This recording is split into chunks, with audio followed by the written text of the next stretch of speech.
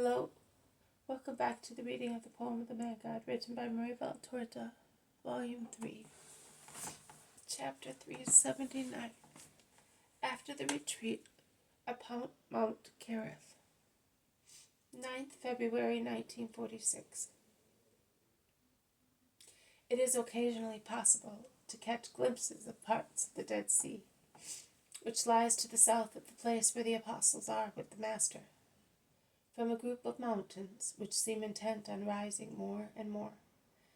And I would say every phase of their effort is marked by a rough chain of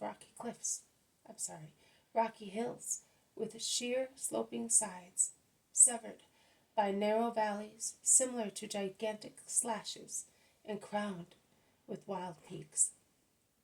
It is not possible to see the Jordan and its peaceful fertile valley, or Jericho or other towns. One can see nothing but mountains rising towards Samaria and the gloomy Dead Sea. Through the narrow gorge between two acuminated mountains, down in the valley there is a stream flowing from west to east towards the Jordan. There is loud screeching of hawks and croaking of ravens in the bright blue sky. Many birds are chirping among the branches of the wild slopes. The winds whisper as mellow as flutes among the gorges, carrying remote scents and noises, or overwhelming those which are near, according to whether they are light or strong. An odd harness bell is heard now and again from the road, which must be down in the valley.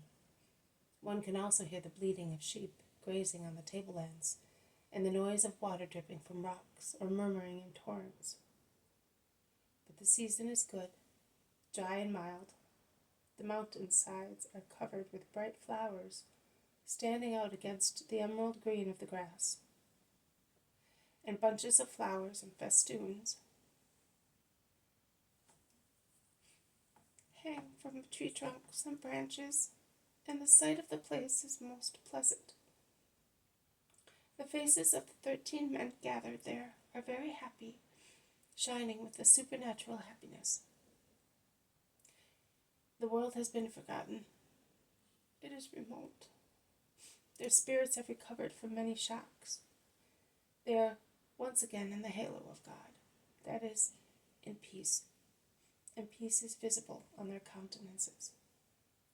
But the rest is over, and Jesus tells them so. And Peter repeats his prayer of Mount Tabor. Oh, why do we not stop here? It is beautiful to be here with you. Because there is work awaiting us, Simon of Jonah. We cannot only be contemplative. The world is waiting for our teaching. The workers of the Lord cannot stop when there are fields to be sown. Then, since I become a little good only when I live apart as now, I will never be able to. The world is so great. How shall we be able to work it all and then concentrate on you before dying? You will certainly not work it all. It will take hundreds and hundreds of years. And when a part has been worked, Satan will go there to spoil what has been done. It will thus be a continuous work lasting until the end of the world. Well then, how shall I be able to be ready to die? Peter is really depressed. Jesus reassures him, embracing him, and says, You will have time. It does not take long. An act of perfect concentration is sufficient to prepare you to appear before God. And you will have all the time you need. In any case, you must realize that by fulfilling the will of God, one is always preparing to die in holiness. If God wants you to be active and you obey, you are preparing better by obeying than you would by retiring among the most solitary rocks to pray and meditate. Are you convinced? Certainly. You say so. So, what shall we do? Go along the roads in the valley. Gather together those who are waiting for me, and preach the Lord and faith until I come. Are you remaining alone? Are you remaining alone here? Of course. Be not afraid. You can see that at times evil is of some help to good. Elijah here was fed by crows. We can say that fierce vultures fed us. Do you think that it was a kind of beginning of conversion? No, but charity.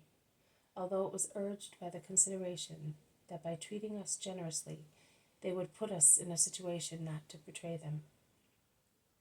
But we would not have betrayed them, exclaims Andrew. No, but the wretched thieves do not know that. There's no spiritual feeling in them, laden as they are with crimes. Lord, you were saying that charity. What were you going to say? Asked John. I wanted to say the fact that they treated us charitably will be rewarded, at least among the better ones. The conversion, which did not take place now, may work slowly, but it can take place. That is why I said to you, do not refuse their offerings. And I accepted them, although I smelt the stench of sin in them. But you did not eat any. But I did not mortify the sinners by rejecting them. They had initial good feeling. Why destroy it? That torrent down there, does it not originate in the spring that trickles from that crag? Always remember that. It is a lesson for your future life, when I shall no longer be among you. If, in your apostolic travels, you should come across criminals, do not behave like Pharisees, who despise everybody, and they do not consider that they should despise themselves first, corrupt as they are, but approach them with great love. I would like to be able to say with infinite love. Nay, I say so, and that is possible, although man is finite, limited in his acts and actions. Do you know how man can possess infinite love? By being so united to God as to be all one with God. Then, as the creature disappears in the Creator, it is the Creator who really acts, and He is infinite. And my apostles must be like that, all one with their God through the power of love, which is so close to the origin as to dissolve in it. It is not the way in which you speak, but the way in which you love that will convert hearts. Will you find sinners? Love them. Will you suffer because of disciples who go astray? Try to save them through love. Remember the parable of the lost sheep. Oh, forever and ever it will be the sweet appeal made to sinners. But it will also be the definite order given to my priests.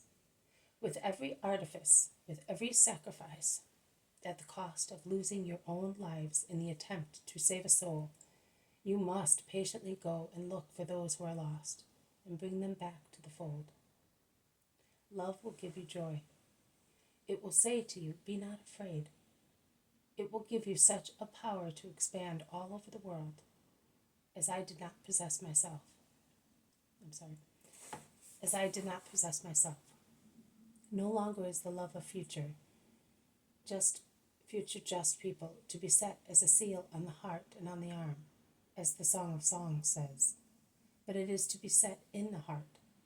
It must be the spur urging souls to all actions, and each action must be superabundance of charity, which is no longer satisfied with loving God or one's neighbor only mentally, but it enters the lists against the enemies of God, to love God and neighbor concretely, also through material deeds, which lead to wider and more perfect actions, aiming at the redemption and sanctification of brothers.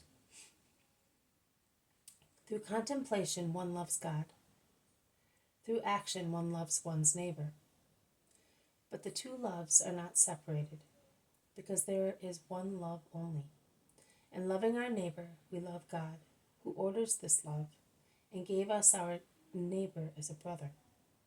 Neither you nor future priests will be able to say that you are my friends, if your charity and theirs is not entirely devoted to the salvation of souls, for whom I became incarnate, and for whom I will suffer.